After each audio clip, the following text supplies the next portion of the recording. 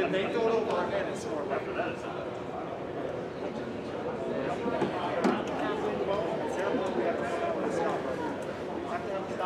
Glenn. We have to have a stop and a rebound. All right? Three.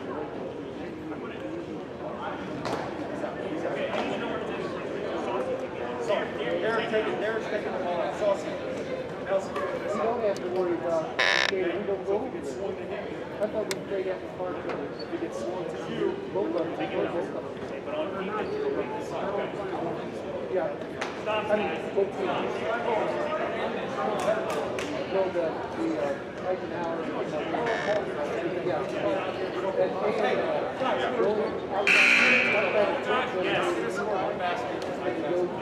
You don't need desperation. Let's go.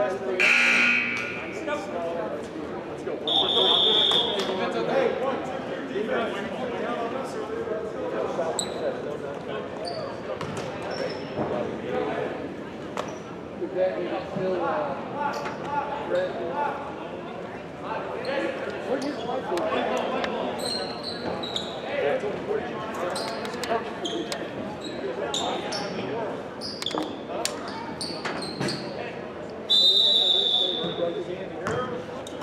Inside out. Inside out. 7, 3. Shooter, Nelly, be ready. Hey.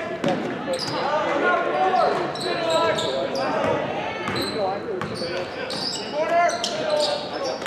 Hands up. Drop, Mike. Drop, watch it. You keep me in. Go, There goes.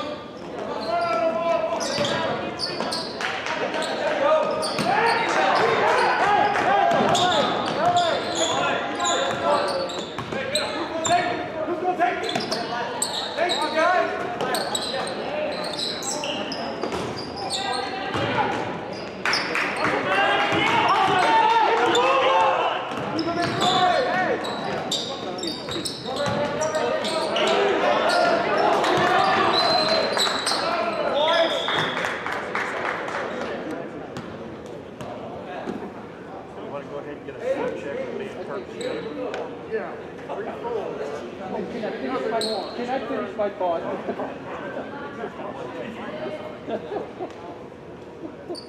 We agree. Go up, you said? Okay, how's that? Any better? Any better?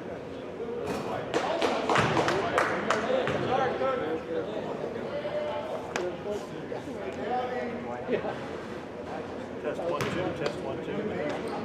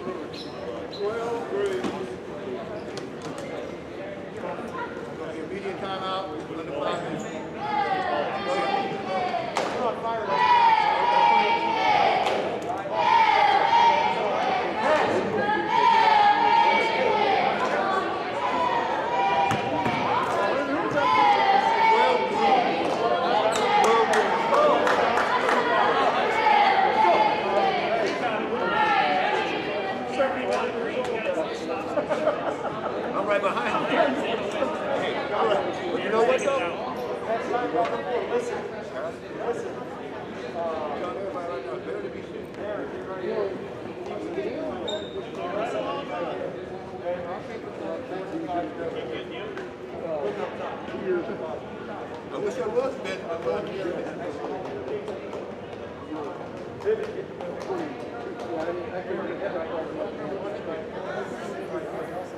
30 seconds.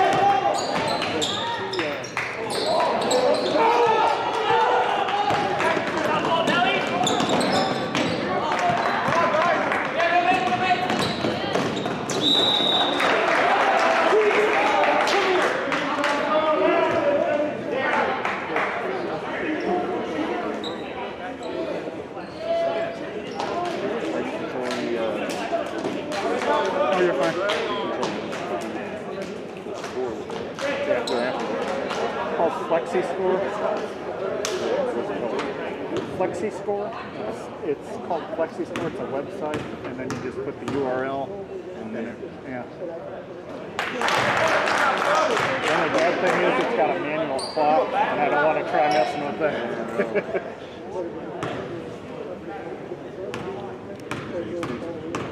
$20 for a year. They're actually 20 euros, so it's like 25.09 US dollars.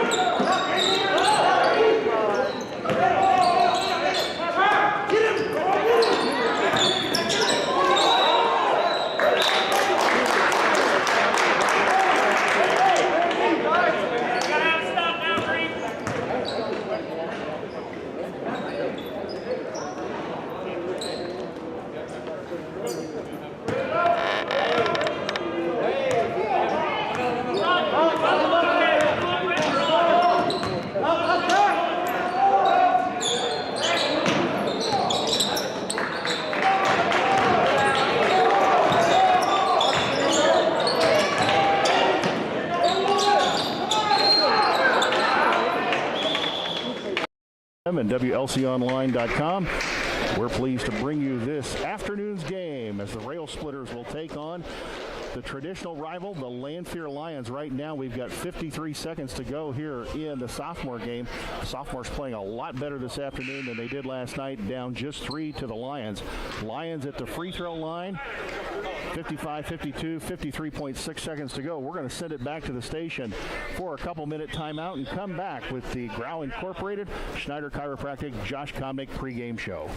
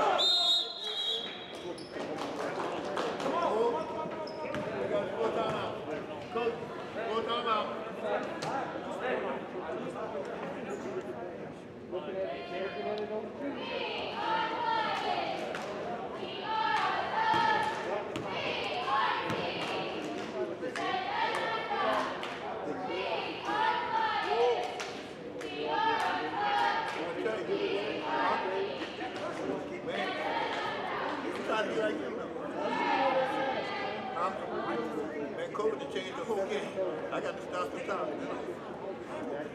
I can't wear that mask. It's not in. I got a mask. So I can wear it. Let's do a try now.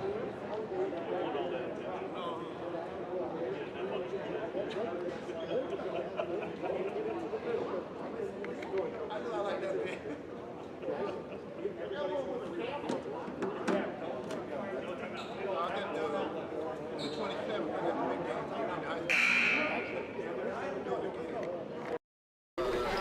Jay Harden back here at Lober-Naka Gymnasium this afternoon on the campus of Lanphier High School here in Springfield. And if you're watching on the live stream, you can see our sophomore team down 55-52 to Lanphier with just 17.9 seconds left to go. Sal Polis, the streaming sponsor for today's action. Nelson in the corner, back out front to Stevens. Nelson with a long three, off the iron, no, ball on the floor, body flying all over the place. Lincoln recovers. Stevens, the freshman, on the corner, no at the gun. And that's going to end the preliminary action. And Lanphier wins it 55-52. We've got a couple threes off there, which is they needed to do, so they had 2 shots at it there down the stretch. Kirk Whiteman alongside as we get ready to bring you the action. Folks, this is a game I think we've all been looking forward to since the sectional championship was canceled last year due to COVID, and both teams may come out today and feel they have something to prove with that game being canceled last year. We know we've got 2 games under our belt so far. Lanphier, this is going to be their home opener. Kirk, I expect them to come out fired up today. I think they will too, and they have some pretty good players, so it should be an interesting game today, and it'll be a nice little challenge for us too to see some of this quickness that we don't see in the Apollo Conference. Blake Turner is in his 8th season here at Springfield Lanphier. 25-9 the record last year, 14-4. They finished second in the Central State 8. The program dates back to the 1935-36 season. They do have a state title in their pocket from 1983 and a couple of other top 4 state trophies from Champaign and Peoria. They won the regional in 2020. The program's won over 1,300 games They beat Urbana in the first game of the St. Lincoln sectional last year. We saw that game, and that was an interesting game. And I think if Urbana maybe had made a few less mistakes, they might have won that game against Lanphier. But K.J. Debrick was just too much to overcome. It's a big kid, and then it'd be interesting to see. I know Coach was concerned with some of our rebounding a couple games ago, but can't teach height, right? Can't coach height? No.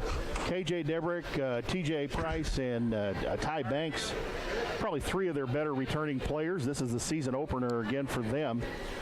For Lincoln, well, we won last night for 43-37 or against a good T-Town team.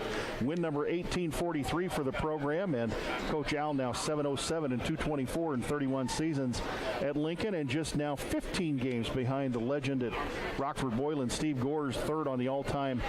Neil is third on the all-time list behind Steve Gore's and Gene Pignatore. You know, Pignatore's got about 981 victories. Do you think we could get Neil to lock into a 6-year contract so we can get him past Pignatore? I think we can get him to 1,000. I think he could, especially here at Lincoln. They just keep turning out really good program. Obviously, he's had a lot to do with it, and the coaches that came before him as a community, but I don't know if he's going to give it up. You know, he's one of those guys that I don't know if he has a hobby outside of being on the basketball floor. You've been around sports. You've coached high school, the college level. We talk about traditional rivalries. I know, in baseball, it's the Cardinals-Cubs, Giants-Dodgers. In college basketball, you had Indiana-Kentucky, Louisville-Kentucky. Kansas-Missouri was always a good rivalry. This is one of those traditional rivalries that dates back to, actually, January 1, 1944, when we won a New Year's Day tournament title game over in Decatur against the Lanphier Lions. And then if you go to, the 55 season, which nobody wants to remember, if you're Springfield Lanphier, when we beat them, came in with a team that was actually better than what it was, but they'd had double-digit losses due to some injuries, and they came in and beat Lanphier in the sectional at the Armory in the last seconds. And then Lincoln came back the next year, 24-2 in the Armory, got beaten in the sectional by Lanphier. And we've had quite a few good rivalry games with this program. We expect nothing less today. I think that you're going to see some really good basketball today. We know that Neil Alexander's charges have been growing in the two games they've had. First game against Taylorville, we know Coach was concerned about their rebound against Taylorville, and the kids looked, I'd say, a little gassed in the third quarter. That could be because of conditioning or even wearing a mask. Last night, they seemed to weather that a little bit better, and they rebounded a little bit better. T-Town shot very good to start the game out, but they weathered that storm, picked up their intensity, especially on the offensive end, and were able to grab the lead and extend the lead to get the victory. I think today's game, we were looking at a situation where we got to, the KJ at 6, what is he, 6'6" listed here? No, I think they're listed as 6'10". Are they listed as 6'10" now? 6'10". Yeah, but you know what? He's not a skinny 6'10". No. So he's a big kid, and so it's going to take a lot to keep him off the boards and getting some offensive putbacks. But I think the key for us is just don't beat ourselves, don't make mistakes, and hit shots, right? That is it. And, they've got really, Neil talked about this last night. We've got, of course, Landon Hullinger, who had 22 last night. Dylan Singleton with 14 last night. The Bulldog, our two returning players from last year. They started all the games last year. Were an integral part of that 32-2 team. But then you drop down, and other than Adam Grunder, you really don't have anybody with a great deal of varsity experience as you go down the roster. So he does have a fairly young basketball team. But when you look at Lanphier, Debrick was a starter last year. Michael Owsley, I believe, was a starter last year. Ty Banks got a lot of minutes last year. Tavana Jackson is somebody whose stock is rising, at least as far as people watching, kids coming up. He's only a sophomore. He's 6'3" or 6'2". Austin Robinson's a 6'5" sophomore. He got some varsity action for him last year. They may actually have some guys here. They may actually have more returning guys with varsity experience than what we do.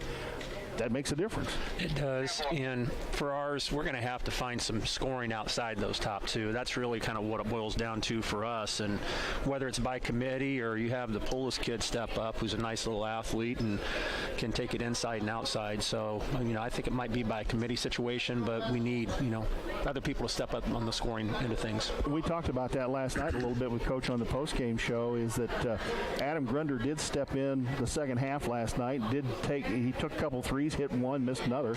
But you're right, Elijah Polis is going to need to step up. We need some additional scoring to step up, and maybe that's what we'll see today. I think we're going to have to see that today, especially after Coach's comments last night on the postgame show.